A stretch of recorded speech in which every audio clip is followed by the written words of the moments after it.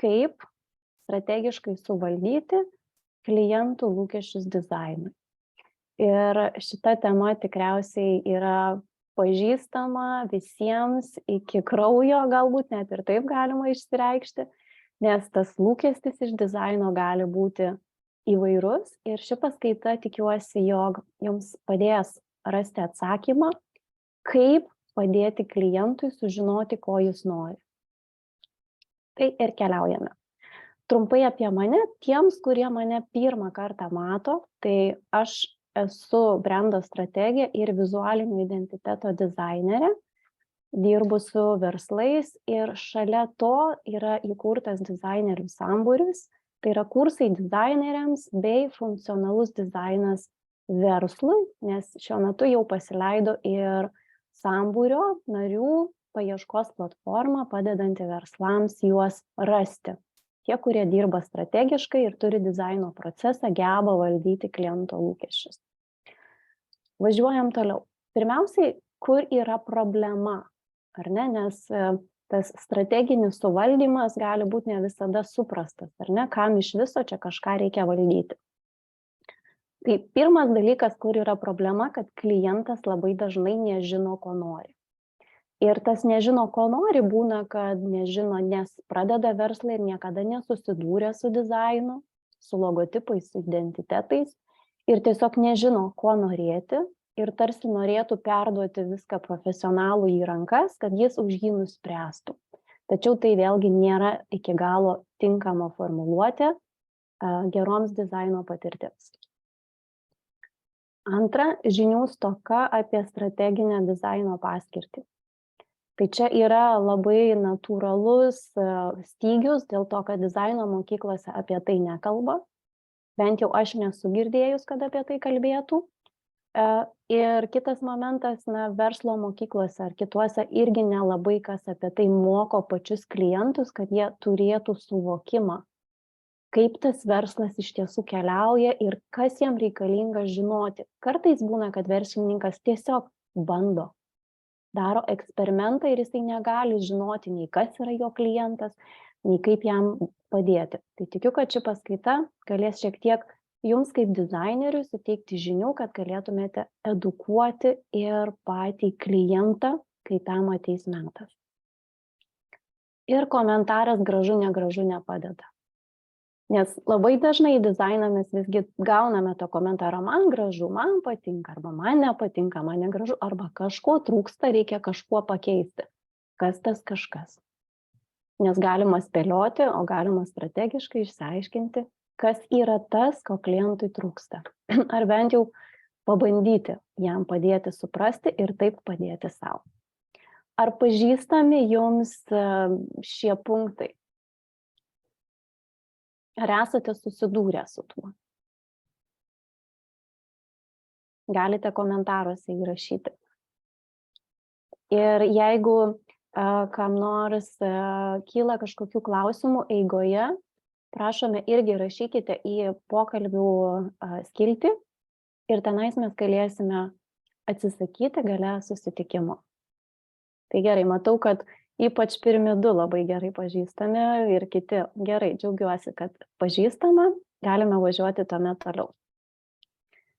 Kiekvienas iš dizainerių turite du pasirinkimus. Pirmasis pasirinkimas. Jūs galite laukti užduočių gebančių apibrėžti klientų. Nes yra tokių klientų, kurie geba tikslingai, aiškiai apibrėžti užduotį. Kas jie tokie? Dažniausiai tai bus jau ne pirmą verslą kuriantis, jie jau žinos apie tai, jie pateiks jums užduotį, briefą ir jums tik atlikti reikės. Bet tokių klientų yra tikrai mažuma.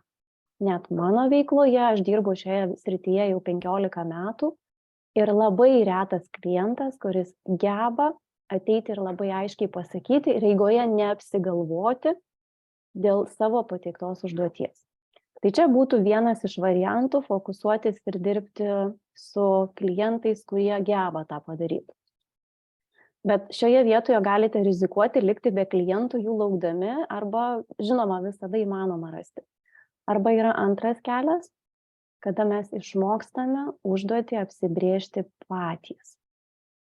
Vadinasi, gebame ir patys suprasti, ką kursime, kam ir kodėl, bei gebame padėti klientui tą padaryti. Tai jeigu yra tų, kurie nori eiti pirmu keliu, šioje vietoje webinaras gali ir pasibaigti jums, o tie, kurie nori išmokti užduotį apsibriežti patys ir tikslingiau bendrauti su klientais ir atlikti dizaino užduotis, važiuojam toliau. Yra keli mitai, kuriuos irgi noriu paminėti tam, kad būtų lengviau priimti informaciją. Dizainas turi būti gražus. Girdėjote apie tai? Kad dizainas turi būti gražus. Nu, atrodytų, o kaipgi kitaipgi dizainas ir yra apie grožį, ar ne, estetiką ir panašiai. Bet žymus žmonės, tikiu, kad jie galėtų būti autoritetų, kur galėtumėt patikėti, gal visgi ten yra kažkas daugiau su tuo dizainu, negu kad tik tai gražu, visgi, kad jis yra ir apie funkciją, ne tik gražu, negražu. Ir čia gali kilti klausimas, tarkime, suprantame, kad websaitas turi funkciją, bet lygiai taip pat funkciją turi ir logotipas, kaip ir identitetas. Jis irgi turi funkciją. Pritraukti tam tikro lygio klientus, rezonuoti tam tikram tipažui klientų. Nes labai skirsis sprendimai paaugliui, suaugusiai moteriai ir, pavyzdžiui, architektui. Tai bus visiškai 3 skirtingos kryptys.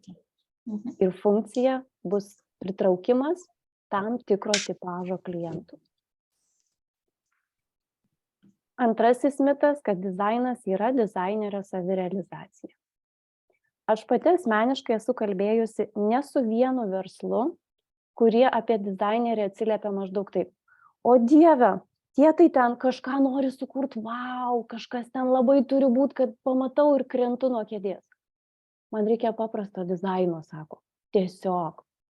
Tai šioje vietoje yra tas momentėlis, čia tikriausiai iš akademijos išeiname su tais piešiniais ir su tuo noru, ar ne, savirealizacijai, su noru kažką sukurti įspūdingo panašiai, kai tiesa ta, kad jeigu jūs esat grafikos dizaineris, jūs esate verslo įrankių kūrėjas.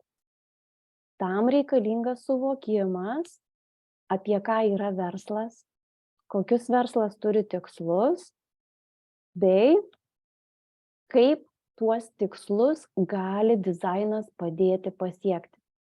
Vadinasi, šioje vietoje mes nesame kontakte kaip dizaineris su klientu, bandantys išgirsti, ko klientui reikia, ko jisai nori, kokių spalvų, kokių formų.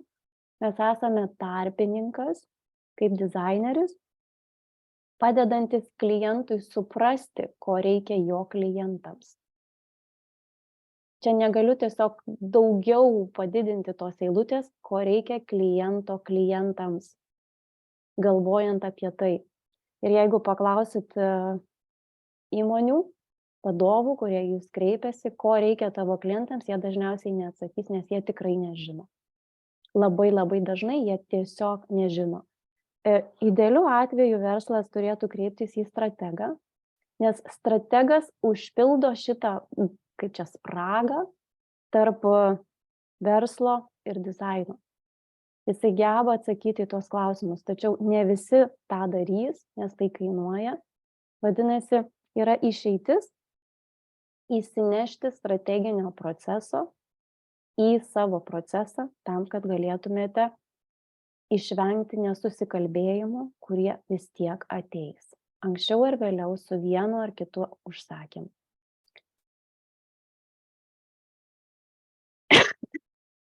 Dabar pateiksiu Jums pavyzdį, identiteto situacijos analizė, ar ne, kur yra briefas. Iš briefo išsiemam raktažodžius kaip patirtis, stabilumas, solidumas, žinios. Jau duoda tam tikrą toną apie dizainą. Ar galėtumėt parašyti man, kaip apibūdintumėt, kaip šitie raktažodžiai Jums apibūdina, koks tai būtų dizainas? Kokios spalvos, kokia struktūra, kas galėtų būti klientas. Ar yra suvokimas iš raktažodžių?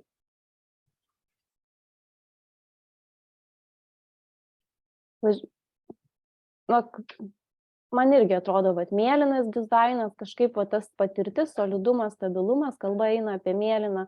Yra kas rašo, kad čia apie finansus kalba eina, minimalistinis, oficialus, finansai irgi. Gerai. Važiuojam tada toliau. Sodra, žemiškos spalvos, oficialumas. Taip, oficialumu kvepia. Tuomet keliaujam toliau. Spalvos. Tinka solidžios, netinka blizgančios ir rėkiančios. Ok, apsipaišom. Klientas buvo nurodęs, jog jisai visai matytų elektrinę žalią spalvą. Dėl jam žinomų priežasčių. Mes tų priežasčių nežinom šiai dienai. Ir keliaujam toliau. Identiteto vizija, atspindinti įmonės charakterį, atspindi jos istoriją, patirtį, suvoktų pažiūrėjus į sprendimus, kokią veiklą įmonė užsiema, matytų solidumą, kompetenciją, patikimumą. Toliau į emociją žiūrim, nes identitetas yra ne kas kita, kaip emocijos išreiškimas, emocijos perteikimas per spalvas, šriftus, formas ir taip toliau. Ir žmonės jaustų, kad užduotį patikėjo atsakingiems specialistams, kurie darbus atliks efektyviausiai ir kompetentingai, darbo eigoje klientui nekils papildomų rūpesčių, kurie atsiranda dėl neišmanimo arba nežinojimo. Kliento supildytas briefas, čia yra realus briefas, čia aš jo pati nekūriau, realus briefas. Ir šioje vietoje man asmeniškai kyla paprasti klausimai. Kas yra tas įmonės charakteris, kokia ta jos istorija ir kaip logo gali atspindėti tą istoriją? Nu kaip? Kaip tai galima pertikti, ar ne? Arba pasižiūriu ir tik jau matau, kad atliks atsakingi specialistai. Vėl, čia galbūt per daug yra uždėta jau lūkesčio ant dizaino, bet, klientas to nori, jis to pageidauja, vuolia, važiuojam toliau. Ir yra šita spalva pateikta. Tai štai čia yra dizainas. Aš išėmiau logotipą, kad būtų konfidencialumas išlaikytas, bet ne tame esmė. Čia yra dizainas. Rašėt mėlyną spalvą, taip, solidumas, patirtis ir taip toliau. Ar tai atitinka raktažodžius? Patirtis, stabilumas, solidumas, žinios. Kas su šito dizainu yra gerai, kas su juo, kas jam, nes mano akimis viskas yra gerai. Užduotis yra atlikta, spalvos yra, nuotraukos sudėtos, tekstai yra, viskas kaip ir aišku.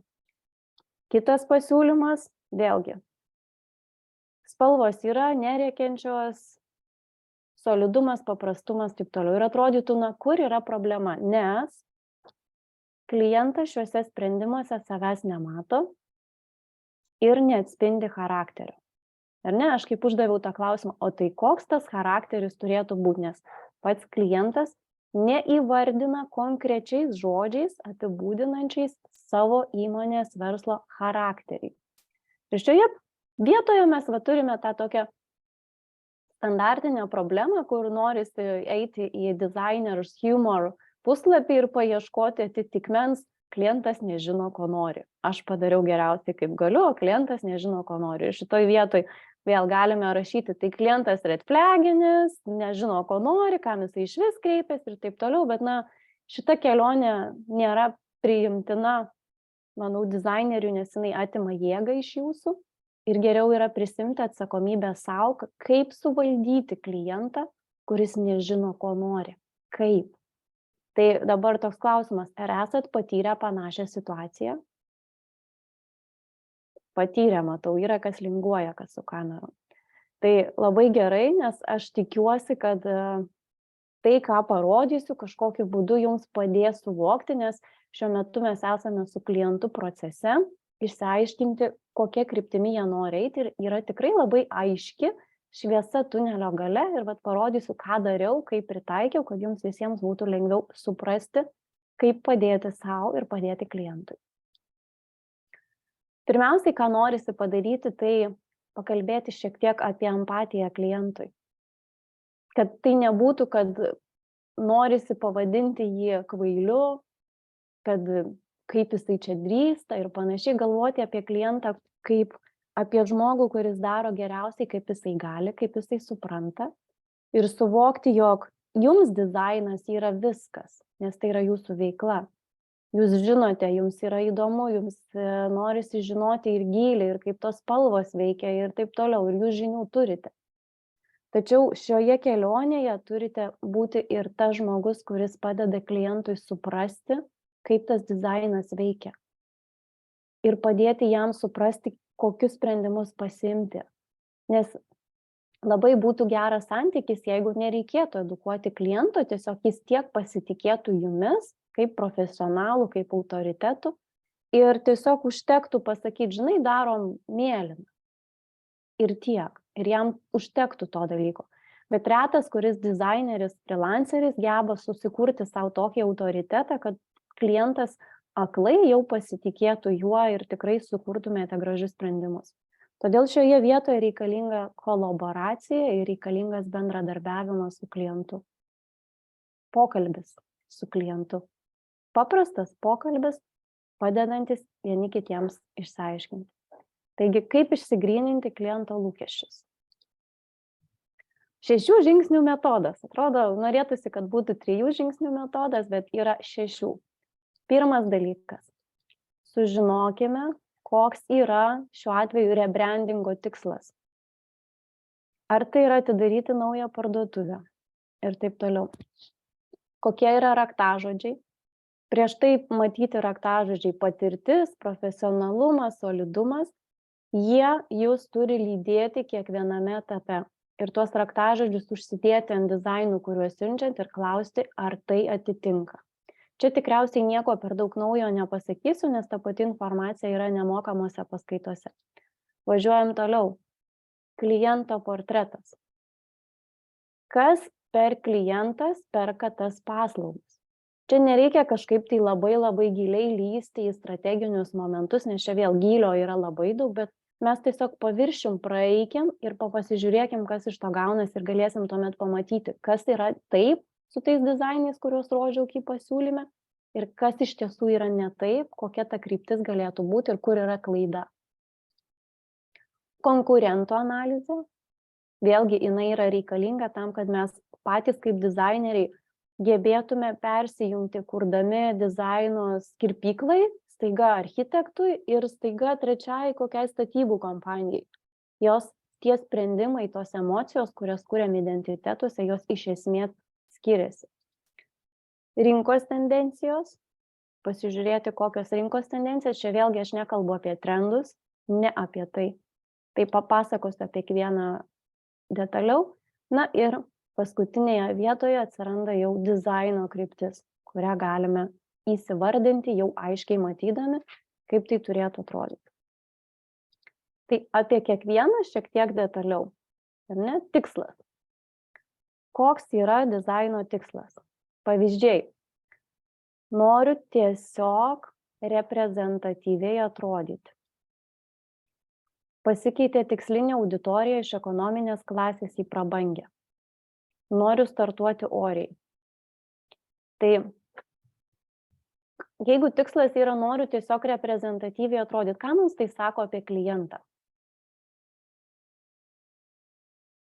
Kad klientas matyt tiek jam gėda jau rodyti savo svetainę, vizitinės ar ten automobilius, kad jam jau nebesmagu ir nefaina dirbto įmonėje. Vadinasi, jam tikrai skauda ir jam svarbus įvaizdis, ar ne? Dabar pasikeitė tikslinė auditorija iš ekonominės klasės į prabangę. Čia irgi vienas dažnesnių būna tikslų. Tai tarkim, ką mums tai sako apie dizainą? Kad dizainas matyt buvo vėl padarė greitai, nežinojo, ar verslas paeis, kažką susikūrė papigiai, ten internete kažkas, ar ten kaimynas, draugas kažkas sukūrė, bet dabar jisai supranta, kad jau architektams tas sukurtas dizainas nebetiks, kad visgi jau išeina iš, tarkim, baldų gamybos, paprastiem žmonėm butuose, ar ne, kur ten reikia bet kaip tik padaryti, einam jau interjerinius sprendimus, kuriuos kūrė architektai ir architektams tinkama kokybė, suvedimai galvų ir taip toliau. Vadinasi, tai yra visiškai kita auditorija, absoliučiai kitas dizainas reikalingas. Reikalingas tas vadinamas revoliucija, jau nebe evoliucija, bet revoliucija. Tai pasimatuojam, pasižiūrim, kokie visgi yra tikslai ir tą turėkime galvoje, kada kūrėme dizainą, kad grindžiame, klausiame kliento ir klausiame, rodydami pavyzdžius, ar tai atlieps jo tikslą. Ar tai reprezentuos tave, ar tu turėdamas tokį dizainą reprezentatyviai atrodysi. Ar dizainas pasikeitęs iš ekonominės klasės į profesionalų jau bus reprezentatyvus tiek, kad auditorija galėtų šiftintis, keistis, ar ne? Važiuojam toliau. Raktažodžiai. Kokius būdvardžius įžvelgiate briefe? Kaip klientas apibūdina norimą sukurti brendo nuotaiką? Tai nebūtinai bus, kad jums klientas pasakys, žinai, mano raktažodžiai yra va šitie. Tuos raktažodžius iš bendravimo su klientu jūs turite ir įžvelgti, ir pamatyti. Žinoma, padeda briefas, briefe raktažodžiams vietų parašyti yra bent 3 ar 5. Tai ten klientas būna surašo, bet jūs dar papildomai savo kritišką akim pasižiūrėkite, ar tie raktažodžiai tikrai atitinka. Dabar, kodėl yra svarbus raktažodžiai, ar ne? Raktažodžiai mums vėlgi keliauja per visą kūrybinį procesą ir vis padeda susistatyti, ar tikrai kūrėte tai, ką apsibrėžėte kurti. Tai yra kaip etalonas, kuris vis padeda grįžti, nes tarkim, profesionalus, miestietiškas, aktyvus, dinamiškas, tarkim, čia būtų pirmojo paveikslėlio raktažodžiai ir antrojo moteriškas, natūralus, organiškas. Tai yra absoliučiai 2 skirtingos kryptys dizaino. Aš aišku galėčiau pateikti pavyzdį vėlgi to paties profesionalus, miestietiškas, aktyvus, dinamiškas, visiškai kitas sprendimas. Bet tikslas yra parodyti, kaip raktažodžiai įtakoja identiteto kryptį ir ant kiek yra svarbu juos tinkamai nusistatyti, kad tai nebūtų, žinot, man atrodo, kad taip reikia, bet daugiau būtų, kad klientas tikrai taip sakė ir tikrai taip nori ir aš matau, kad taip tiktų. Vadinasi, raktažodžiai yra labai svarbus. Važiuojam toliau. Kliento portretas. Neužtenka tiesiog perskaityti, kokie yra verslo klientai, reikia ir vizualiai juos suvokti kaip žmonės. Čia vėlgi nelabai tinka toksai dalykas, kaip, tarkim, įmonė apibūdina savo klientą, tai mano tai yra smulkus verslas, vidutinis, stambus verslas, tai yra tik frazės ir niekaip neveda prie konkretaus žmogaus tipažo. Koks žmogus yra stambus verslas? Aš žinau, toks pat kaip ir smulkus žmogus. Bet jeigu aš jau įsivardinu, kad įmonės yra va tokios, įit, mitnyje, PST, ir aš jau žinau, kad aš esu mačius gatvėje važiuodama kažkur ten ant tvoros konstrukcijos va, tą logotipą, aš iškart suvokiu, kad čia vaikšto dideli pinigai, važiuoja dėdė su dideliu automobiliu ir daro sandorius su 6-ženklėm sumom, jeigu nedidesnėm, statyti gamyklinės patalpas, statyti gyvenamuosius kvartalus ir taip toliau. Kokio lygio tai yra bendradarbiavimas ir bendravimas įmonės kaip tarpininko, įmoniai pasiekti jos tikslus, tai reiškia pastatyti kažką, įgyvendinti kažką. Tai kada mes matome šitokio tipažo klientus, ką mums tai sako, koks turėtų būti dizainas? Ar sako ką nors? Ar dar kol kas nieko nesako? Žiūrit kaip į gražius paveiksliukus ir tiek.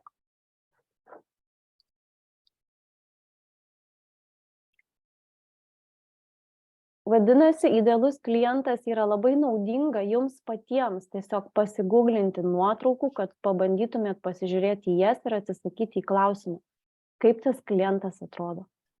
Neužtenka vidutinis ar panašiai, aš tada klausiu, išvardinkit savo klientų, nežinau, įmonių pavadinimus, aš einu pasižiūrėti, kaip jų svetainės atrodo. Nes tada man yra lengviau susipažinti su žmogumi, kuriam aš turiu tą dizainą sukurti, nes klientas to nepasakys, nėra. Vadinasi, mums patiems reikia jungti mąstymą ir bandyti, nežinau, iš savo aplinkos žmonių rato atpažinti, ar yra kas nors panašaus į tai, kam aš turiu sukurti dizainą. Suprantat, ar turiu ką nors panašaus, nes tarkim, jeigu dizainą reikėtų kurti jūsų mamai ar tėčiui, tikriausiai būtų vieni sprendimai. Jeigu jūsų draugui, tikėtina būtų kiti sprendimai. Todėl yra tikrai labai labai svarbu pasižiūrėti, kam iš tiesų dizainus kuriat. Ir tai yra tikrai taip svarbu, kad net neįsivaizduoti. Aš dar pateiksiu kitoje skaidrėje pavyzdį, kaip mane tai vieną kartą išgelbėjo. Tas tiesiog mano paprastas noras pažinti klientą ir kelios nuotraukos kliento tipažui pajausti. Nu, va, matau, klientai su kaklaraiščiais. Va, tai yra puikus apibūdinimas, ar ne? Tipažo žmogaus. Tai yra, nes tikrai su kaklaraiščiais jau vaikšto tikrai tie verslininkai, ar ne, į susitikimus ir taip toliau. Važiuojam toliau. Čia yra pateiktos svetainės, kaip atrodo vat, tų dėdžių įmonių svetainės. Tai jie daugiau galbūt kalba vat, apie projektus, kuriuos įgyvendino, bet jūs galite pamatyti projektų apimtį, apie ką yra tos įmonės. Ar ne, statau Kauną, ten irgi naujas projektas, visuomeniniai projektai, va, Siemens Arena kažkas stato. Wow, ar ne, iškart suvokimas ateina, apie kągi visgi yra šitos srities, šitos įmonės klientai. Ketvirtasis etapas yra konkurentų analizė. Dabar konkurentų analizė tai nėra tiesiog, kad pasižiūrim vaizdelius, kaip ten kiti ką daro ir taip toliau. Bet pasižiūrime ir kaip jie atrodo, kokią emociją atskleidžia ir kaip dera su tais klientais. Ar ne? Su klientų kryptimis. Ir šioje vietoje galit ir pasižiūrėti, ar ne? Ką matom? Čia matome elektros laidus, toks susidaro vaizdas, kad jie tuos bokštelius ir stato. Čia matom jau ritės kažkokias. Valio, labai gerai ritės. Dabar pagalvokim apie tą dėdę su kaklaraiščiu ir tą ritę, nu, kaip ten jie susiriša. Šičia turime sprendimą, nežinau, aš tai matau tą Pac-Maną, žinot tą žaidimą. Tai man juoką kelia, nu, ta prasme, fainai pakūrybino dizaineriai, tikrai puikiai pakūrybino tekstūrų, uždėjo šešėliai, nuostabu. Bet aš kalbu šiuo metu apie strateginį dizainą. Ne apie dizainą kūrybinį, ką galim pakūrybinti. Nes pakūrybinti galima daug, bet pakūrybinti tikslingai ir tik tiek, kiek reikia, tam, kad verslas pasiektų savo tikslus, tam, kad dizainas būtų verslo įrankis, mes tikrai galime daugiau. Šį puslapį man apibūdino kažkas, kam rodžiau, kaip siaubo pabėgimo kambarys. Jeigu nepaskaityčiau elektros montavimo projektų partneris, ar ne? Tai aš neliečiau šios eilutės. Nes šioje eilutėje dizainai yra artimi tam, ką mes matėm prieš tai buvusioj skaidriai. Jie yra artimi savo emociją, šriftais, spalvomis, neperkrautom detalėm, kad ir tie patys, o čia laidai ir čia kažkokie laidai. Nu, yra didžiulis skirtumas estetinis. Iš dizaino perspektyvos yra didžiulis skirtumas. Ir čia ir yra tas klausimas, kur atkreipkime dėmesį, ar konkurentų dizaino sprendimai atitinka klientų dizaino tendencijas. Įjungsiu dar prieš tai buvusią skaidrę. Dizaino tendencijas, bet ką mes matom, kokią emociją. Jeigu reikėtų raktažodžiais įsivardinkim šios skaidrės raktažodžius.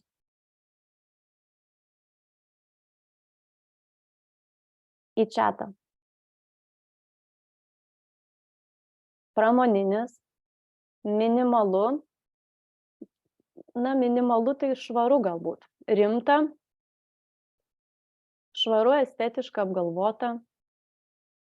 Profesionalu. Norisi pasakyti žodį profesionalu, ar ne? Tikrai norisi pasakyti žodį profesionalu. Tai dabar čia, tarkim, jeigu aš žiūriu į šitus, ar čia yra profesionalu? Ar galima pasakyti profesionalu? Čia? O čia? Norisi, kad pagautumėt kampą. Kaip žiūrėti į konkurentus, kaip žiūrėti į tą kliento tipažą, tam, kad pasimatytų šviesa tunelio gale, kuria kryptim reikia eiti. Nes supraskim vieną dalyką. Viena yra mums pamatyti kryptį. Antra, tą kryptį, kurią jau jūs akivaizdžiai matot, skirti laiko ir per 2 valandas parodyti klientui ir leisti jam ją pamatyti. Tai reiškia, nepasakyti, ką jūs radot, o parodyti klientui ir paklausti, ką tu matai, o kurie iš šitų tau atrodo profesionalu, kurie iš šitų tau atrodo rimti, o kaip atrodo klientai tavo, ar jie atrodo rimtai. Ir tuomet mes galime eiti į kažkokius strateginius labiau sprendimus, negu kad tiesiog dizainą apie grožį. Tuomet vertiname rinkos tendencijas. Šioje vietoje tai yra kaip researchas, kaip tyrimas, ar ne? Kuomet bandome nusižiūrėti, kokie dizaino sprendimai, kalbam apie modernius dizaino sprendimus, ar ne, efektyvius, ne oldschoolinius, kaip jie atrodo šiai rinkos sričiai. Šiuo atveju tai čia yra kaip ir elektros instaliacija. Na, elektros instaliacijos identitetų dėja neradau kažkokių labai daug gerų, nes visi dabar keliauja daugiau per žalią energiją. Mums tai nepadeda, nes čia nėra žalios energijos alternatyva, ar ne, šita veikla. Ir ką darau šioje vietoje, tai tiesiog pagalvoju, kokios galėtų būti papildančios sritys. Pavyzdžiui, construction. Galimas variantas, su statybom susijusi sritis. Tikrai galiu pasižiūrėti, ką veikia toje srityje dizaineriai. Kita, pasižiūriu architektūrą. Galbūt architektūrinis stilius galėtų man atliepti į tai, ką aš siekiu sukurti. Vėlgi įsivaizduokim kontekstą. Kas yra klientas, dėdė su kaklaraiščiais, kas yra įmonės, didelės įmonės, vardančios didžiulius pinigus. Valio, važiuojam toliau. Na ir pabandžiau dar Electricity pasižiūrėti, tai čia tokių žaismingumų jau įsiveda, kur galima per tekstūrą kažkokiu būdu pavaizduoti tą elektrą. Nekalbu apie elektros stulpų laidus, rytes ir panašiai. Kalbam apie konceptualų dizainą, kaip į tai galėtume pasižiūrėti perkeltinė prasme arba konceptualiai. Tai peržvelgus šias kryptis, ar ne, kokios tos tendencijos, vėlgi aš čia pateikiu minimalų būdą, kaip tą galima pasižiūrėti. Jūsų iliustratoriaus lange tai gali būti didžiuliai moodboardai, kur jūs tiesiog patys bandot pajausti emociją, kokia reikalinga, kad identitetas įgautų kryptį, kurios reikia klientų. Na, čia yra pateikta, tarkim, vėlgi iš tų pačių raktažodžių, tų pačių rinkų, vėl čia jau pamastymą, ar ne, turim kažkokį moodboardą ir savęs klausiam. Ir kliento klausiam vėliau. Taip galima išspręsti kliento problemą. Ar jis turi nuotraukas? Ne, jis nuotraukų neturi, ar ne? Vadinasi, 2 keliai. Shutterstockas arba klientas darys fotosesiją. Klientas tikriausiai fotosesijos nedarys, vadinasi, lieka Shutterstockas. Kokias galimybės mes ten turim? Galim tada iš karto ir persižiūrėti, ar yra galimybė rasti kažkokių tai nuotraukų, kurios estetiškai atrodytų geriau negu saulėlydis laidų jūroje. Keliaujam toliau, ar ne? Tada galim pasižiūrėti, spalvos šriftai, kokios kompozicijos dominuoja, ar paprasti šriftai, aiškus, dideli šriftai, nieko per daug neprimarmalinta. Gali atsirasti kažkokie grafiniai elementai, vėlgi, subtiliai, nes tie žaismingi labai, tarkim, čia jau yra gal per daug žaismingas, raktažodžiai jau čia šiek tiek būtų ne į tą pusę. Man rodos, kad čia jau yra per daug žaismingas, bet vėl nuotrauka, kalba už save, žmogus su liemene iš karto duoda toną apie rinką, apie ką čia kalba eina.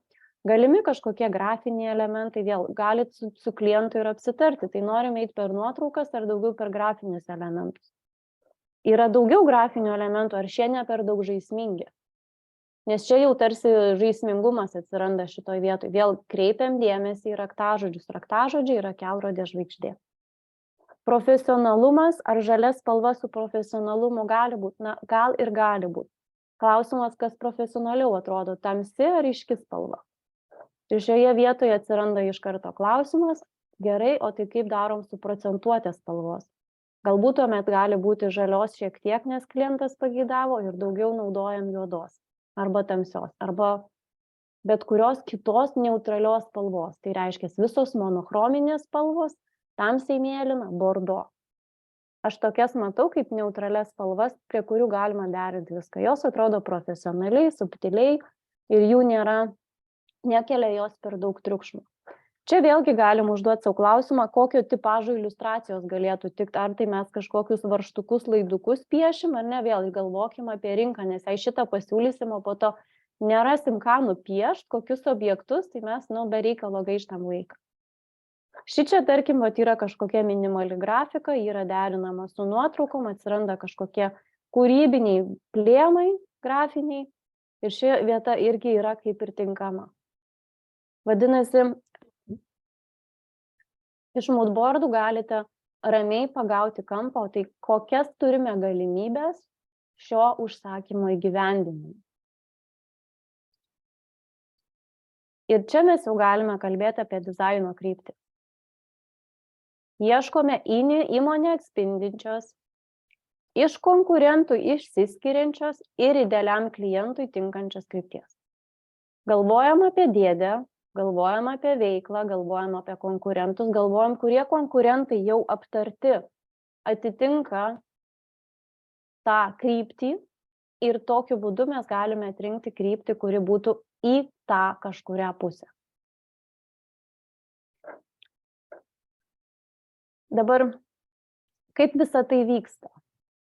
Ar ne? Nes dabar tarsi aš jums rodau procesą, kurį jūs galite imti pasidaryti, bet kurioje vietoje įsineša klientas, kurioje vietoje yra kontaktas su klientu ir kurioje vietoje yra atsitarimas. Tai gavusi šitą užsakymą padėti klientui suprasti, ko jis nori. Iš esmės užsakymas taip ir skamba, padėti klientui suprasti, ko jis nori. Ką padariau? Atlikau šitus 6 veiksmus. Briefe išsiskyriau, kas yra raktažodžiai, koks tikslas reprezentatyviai atrodyti. Tuomet perėjau tą analizę klientai, konkurentai ir tada susidėliojau kažkokias tai kryptis, susimečiau kažką panašaus, kaip prieš tai jums rodžiau skaidrėje, tokių, tik daugiau, tai 5-6 kartus daugiau. Ir ėjau į pokalbį su klientu. Pirmiausiai praėjom tuos 6 dalis, raktažodžiai, pasižiūrėjom, kaip atrodo klientai ir tiesiog aš gavau patvirtinimą. Ar aš teisingai suprantu, kaip atrodo jūsų klientai? Sakau, dėdė su dideliais automobiliais juodais, su kostiumais, kaklaraiščiai, sandoriai, ten už 100 000, 2, 3, 5 milijonai. Sako, taip, valio, jis jau man davė patvirtinimą, kad klientas yra šitas. Važiuojam toliau, pasižiūrim, kaip atrodo klientų websaitai ir klausiu jų. Jūsų raktažodžiai yra patikimas, profesionalus, inovatyvus dar buvo kažkur solidus ir klausiu jų, ar šios kompanijos atitinka šios raktažodžius. Ir jie sako, taip, man gal ten nepatinka nuotrauka, man ten nepatinka gal kas viduje jo vyksta, bet sakau, jeigu žiūrim tik į svetainę, kokią svetainę duoda emociją? Taip, duoda tą emociją. Ok, mes jau turim kažkokią kryptį. Nes jie emociją jau atpažįsta iš to pažiūrėjimo, kaip atrodo jų pačių klientai. Ne kažkas tai stebuklingo, ne bet kokia svetainė kažkur ten interneto platybėse, bet kaip atrodo jų klientai jau dabar. Ir akivaizdžiai ateina suvokimas, kad jeigu mano klientai atrodo taip, vadinasi, aš turiu būti ne žemiau. Aš turiu atitikti jų lygį. Ir šioje vietoje, kada mes perėjom į peržiūrą konkurentų, jau buvo aišku, kad konkurentai iš vidurinės dalies, jeigu atsimena tie, kur sakiau, kad atitinka daugiau mažiau raktažodžius, jiems jau buvo aišku, kad jie tampa favoritais, į ką galima lygiuotis. Ir kokia ta kryptis galėtų būti pačio identiteto. Tada mes aptarėme tuos variantus, tiesiog kas buvo parodyta. Tai čia buvo kryptis šiuo metu, kuri buvo daugiau mažiau, ne tai, kad jau patvirtinta, bet tokia, kur aš jau galiu kryptis pasižiūrėti ant šitos krypties, jau detaliau pasižiūrėti. Tai reiškia, atsiranda vėlgi švara, panašu, kad mėlyna galėtų būti tikrai tamsiai mėlyna, artima juodai, kuri kuria tą stabilumo, profesionalumo įvaizdį. Ir eina akcentinė spalva, nebūtinai raudona ar oranžinė, bet akcentinė spalva ir atkreipkite dėmesį, kiek procentų jos. 2-3 procentai. Ir tai yra visai kitas vaizdas nuo to, ką jie turi kaip pasiūlymą. Ar jaučiasi skirtumas tarp to, ką aš nesu tikra, ar aš įdėjau skaidrę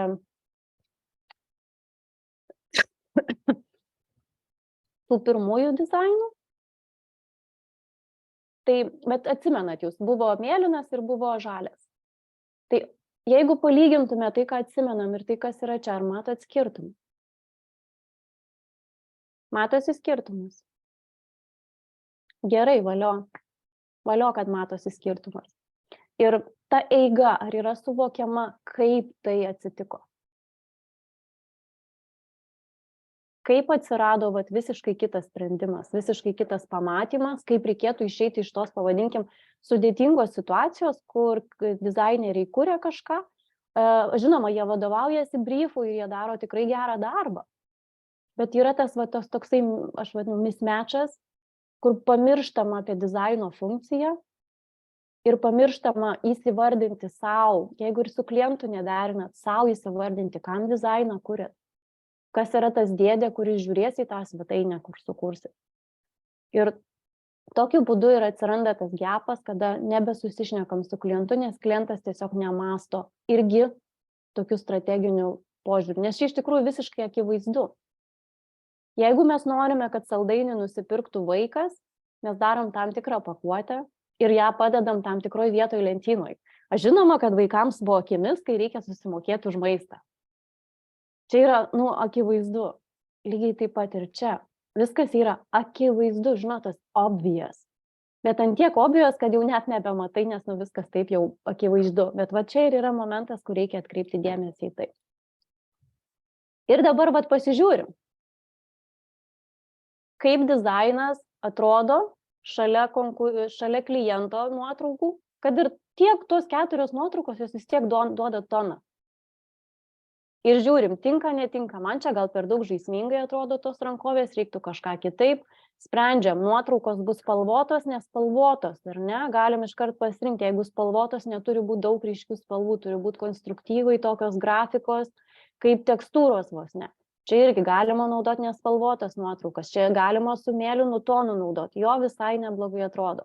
Žiūrim, kiek procentų kokios spalvos ir kaip tai atrodo, ir tuomet galime įsivertinti šalia konkurentų. Ar dera, ar atitinka tuos, kuriuos išskyrėme kaip atitinkančius raktažodžius. Ir tokiu būdu mes pasilyginame ir patys savo atsisakom ir klientui padedam pamatyti, ar ta kryptis dera su tuo klientu, kuris ir norės ir matys tą dizainą, ir ar kaip atrodo tarp konkurentų, ar mes turime raktažodžius, ar atitinka. Važiuojam tame toliau. Dabar pateikiu keletą projektų analizių kitokių, tam, kad pasižiūrėti, kaip tai galėtų būti pritaikoma įvairiose situacijose, arba tiesiog net ir pasidalinsiu juokingomis situacijomis su klientais ir kaip iš jų išlipti vėlgi per tą patį strateginį procesą, vedant klientą nuo man gražu, negražu iki, o kam dizainas skirtas, kokią atlieka funkciją dizainas, ir kalbant daugiau apie tai ir kreipiant klientą į tai, nes jis jums už tai padėkos. Tai buvo darytas projektas Kintų kaitų klubas. Štai čia yra sprendimas. Situacija tokia. Skambina klientas ir sako, labas, gavau daug kritikos iš savo kolegų dėl padaryto sprendimo. Gerai, sakau, valio. Ir neklausiu net kokia kritika. Nes galėtų nupilti šaltas prakaitas, o Dieve, kažką ne taip padariau, jau dabar reikės viską iš naujo kurti ir taip toliau. Okei, išsiaiškinkim detalės. Ką tu jam parodai, klausiu. Nusiunčiau logotipą, tokį, kokį jūs čia matot. Juodai balta, linija. Viskas. Ir gauna feedbacką, kad ten niūru, ar ten netitinka kažkokios stiliaus, kažko. Okei, o aš tada klausiu, o tai kam mes kūrėm visą vaizdą, kad tu nusiunti tik vieną logotipą? Sakau, ar jie žino visą istoriją, ar jie žino, matė, kaip atrodys, kaip tai dera, koks kontekstas? Ir tada klientas nusiramina ir sako, jo, nepapasakoju. Tai čia toks niuansėlis, ar ne, kur nepamirškim, kad logotipas dar ne viskas, kontekstas yra daug daugiau negu kad tik logotipas. Kitas momentėlis su tuo pačiu projektu. kaip pasinaudoti va tuo procesu, kurį ką tik papasakau. Čia yra pavyzdžiai, kaip, pavadinkim, role models, į ką klientas lygiuojasi arba rinkos tendencijos logotipuose. Čia yra konkurentai, ar ne? Ir šiuo atveju buvo klausimas. Klientas sako, žinai, aš galvoju apie mėlyną spalvą. Savo rebrandingę apie mėlyną spalvą. Ir tada mes žiūrim į šitą skaidrę ir žiūrim, ką mes čia matom. Daug tos mėlynos spalvos, kiekvienam logotipe beveik. Mes net bandėm irgi pasižiūrėti, galbūt galėtų mėlyna su raudona būt, nes vis tiek norisi tą efektą išgauti. Volia, mėlyna raudona tikrai šviečia puikiai. Ir tada mes taip natūraliai, visiškai nesistengiant, pats klientas sako, žinai, aš gal būsiu toliau geltonas. Nes tada aš turiu galimybę išsiskirti iš konkurentų ir tas spalvas suvaldyti taip, kad jinai turėtų savyje tą veržlumą, kurio norisi. Ir tai buvo būtent suvaldyta per šitus pavyzdžius. Kitas momentėlis, kaip buvo ieškotas sprendimas, ar ne? Sprendimas ir čia būtų tas žingsnis, kada mes kalbam apie rinkos tendencijas. Atsimenat, construction, architecture ir electricity. Artimos sritys. Tai šioje vietoje aš tiesiog pasižiūrėjau, mes turim kintus, tai yra dinamiškas, veržlus, adrenalino reikalaujantis sportas didžiąja dalimi vyrams, bet tinka ir moterims, ir vis tiek tai yra aktyvus, dinamiškas. Ir galvoju, kas rinkoje yra kažkas, kas turi panašią tendenciją. Kokie brandai gali turėti tas pačius raktažodžius. Ir man ateina suvokimas, atrandu, kad Nike'as. Jis turi tai. Jis turi tą tokį veržlumą, turi pavadinkim, boldinius užrašus, boldinius akcentus. Ir tuo pačiu pasižiūriu vėlgi, kaip galėčiau išspręsti patį logotipą. Vėl įvairiausių variantų, ar ne? Čia galbūt per švelnu, čia galbūt per aštru, bet vis tiek aš žiūrėjau, plėmas kažkoks galėtų būti ir toksai rinkos tendencijų apžvalga paduoda tą emocinį pajautimą, koks tas dizainas yra reikalingas. Ir raktažodžiai energija, bold, žinutės, sportiškas. Ir šioje vietoje, kai aš susidėlioju tokį, vėlgi aš jums pateikiu mini variantą, iliustratoriuje ten daugiau visko yra, bet mini variantas, kad pagauti kampui, kaip tuo procesu naudojosi, bandydama pirmiausiai pati pajausti nuotaiką ir tik tada ją sukurti. Ir tuomet žiūrim į variantą. Tai yra, kas buvo sukurta kito dizainerio šitam projektui. Ir dabar palyginkim, ar ne? Kada aš tuos raktažodžius įsikūnijau vaizdu, susiradau kažkokią alternatyvą, kaip rinkos tendencija, kaip tokiais raktažodžiais galėtų pasižymėti. Aš iš karto akivaizdžiai galiu pasakyti, kad ir kaip fainai šitas dizainas padarytas, gražios iliustracijos, suvedimai ir taip toliau, nėra tos emocijos. Nėra jos. Nėra veržlumo, yra, aš net jeigu reikėtų pasakyti, ar jisai dinamiškas ar statiškas, sakyčiau, kad statiškas. Labiau, negu kad dinamiškas. Ir šitoje vietoje irgi atsiranda jau pamatymas, pajautimas dar nesulaukus kliento komentarų, kad ne visai ta emocija, kurios reikia šitam sprendimui. Ar matot skirtumą? Tarp to, kas buvo, tarkim, to aš einu čia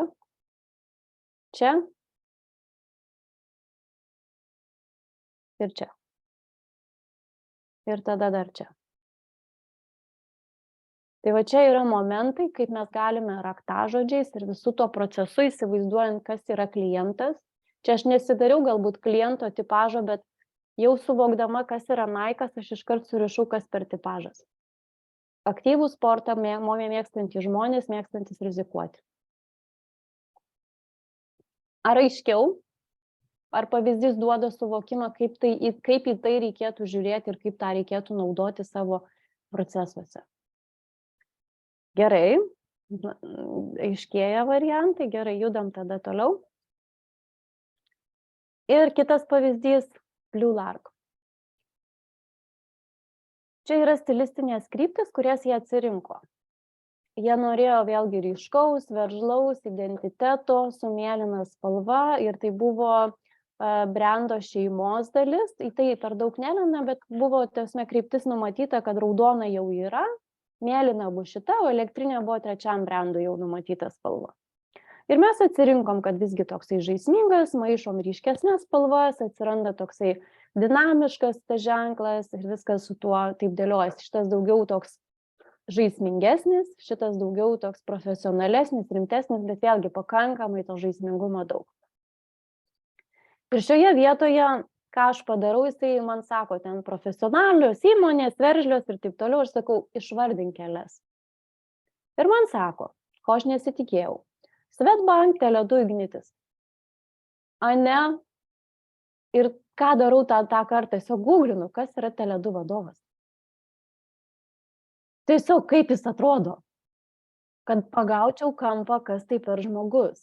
Taip pat bandau įsivaizduoti, tai Swedbank'e, kas ten per žmogus sėdi už to stalo, kuris priims sprendimą, dirbti su tavim ar nedirbti. Ir aš pati tiesiog susikūriau šitą mini moodboardą, kaip atrodo jo darbo aplinka, kuris tai galbūt valgo, kaip pats žmogus galėtų atrodyti ir kokie logotipai, nes tie logotipai žinomi ir, manau, iš karto duoda toną, apie kokią čia mes įmonę kalbam ir apie kokias sumas, apyvartas per metus. Ar ne? Nes jeigu čia būtų tiesiog užrašyta žodžiai stambi įmonė, tai tikėtina būtų ne tas pats efektas kaip šitas, kad pagaut kampą. Važiuojam toliau. Ir čia yra 4 pasiūlymai pagal stilistinės kryptis. Tai pirmas pasiūlymas, antras pasiūlymas, trečias pasiūlymas, ketvirtas pasiūlymas. Kaip manot, kuris laimėjo?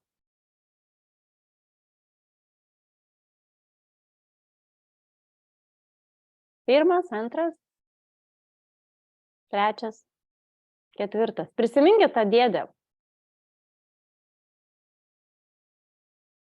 Antras arba ketvirtas, ketvirtas, ketvirtas, antras, ketvirtas, antras. Pažiūrim. Nu, va, matot, kaip nuostabiai pajutot, kuris laimėjo. Tai laimėjo iš tiesų ketvirtas, bet logotipas laimėjo iš antro. Bet pajutot skirtumą, kaip ir atrodo atitinka visi kryptį, ar ne, stilistinė. Bet kada mes įsivaizduojam, kad visgi žmogus yra tam tikro tipažo ir iš karto tas solidumas visgi yra reikalingas. Ir tas solidumas arba solidžiausias sprendimas visgi buvo čia. Tai va, tai keitėsi tik tais logotipas, bet esmė tame, kad tas susidarytas įspūdis, apie ką kalba eina, visgi buvo teisingas.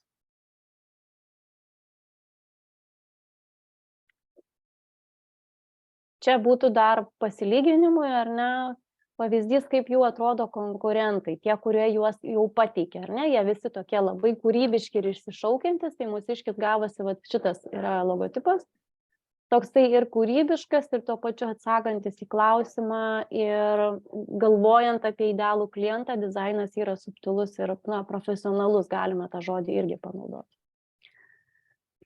Tai va, tai dabar santrauka. Identitetas yra apie tinkamos emocijos sukūrimą. Galvoti reikia ne tik apie gražų dizainą, bet ir apie verslą. Apie verslą strategiškai. Kas yra klientas, kam visą tai yra skirta. Ir vėlgi, kai aš parodžiau tiksliai, kaip apie tai galvoti, tai nėra, kad aš žinau, kad tai yra stambi įmonė, bet aš vizualiai įsidedu tą žmogų, kas slepiasi už įrašo stambi įmonė. Kas yra konkurentai? Ir vertinam ne šiaip, bet tiesiog, o kaip kuri įmonė atitinka labiausiai raktažodžius, kuriuos mes norime pasiekti. Kokius tikslus turi įmonė ir ar tuos tikslus jinai pasieks, jeigu atrodys kaip konkurentas A, B ar C. Kurie artimesni. Kaip įmonė pati, pats užsakovas, ar ne, vertina tuos konkurentus. Kokios nišos tendencijos. Tai čia yra šitas, kaip aš sakau, kokios nišos tendencijos yra artimas ir archetipų moduliui, nes tai mums duoda tą pajautimą, kokia persona galėtų slėpti, brendo persona per emociją galėtų slėptis. Aš archetipų temos neliečiau, nes tiesiog per daug būtume išsitęsę, Užtenka pajausti rinkos tendenciją ir pasižiūrėti savo variacijas, kiek grafikos naudoji, kiek nuotraukos, kokios tos nuotraukos, nes tokiu būdu jūs galite lengviau pajausti emociją ir atsisakyti į klausimą, ar atitinka raktažodžius. Jeigu klientas atsako negražu, gražu, negražu, kreipti pokalbio, kaip būtų tavo klientams, kaip jie vertintų. Tokiu būdu jūs galite išeiti iš subjektyvių atsakymų, subjektyvių komentarų į objektyvius, strateginius. Klientas, konkurentai, kaip visą tai atrodo ir jam vizualiai rodyti šitas skaidres, rodyti savo darbalaukį, tam, kad jam pačiam ateitų suvokimas, ne tik, kad jūs pasidalinat savo suvokimu, bet leidžiat klientui susivokti pačiam. Nes tai bus kur kas vertingiau, negu kad jūs pasakėt, vietoj jis pamatė pats. Ir puikiai veikia skaidrė tarp konkurentų. Žinot, ar ne, tokia skaidrė? Kai pateikiam logotipą tarp konkurentų, lygiai taip pat galit pateikti savo dizaino sprendimą tarp konkurentų, kad jis pajaustų pats, link kur siūlot keliauti ir link kur ir kaip atrodo konkurentai ir link kur jie keliauja.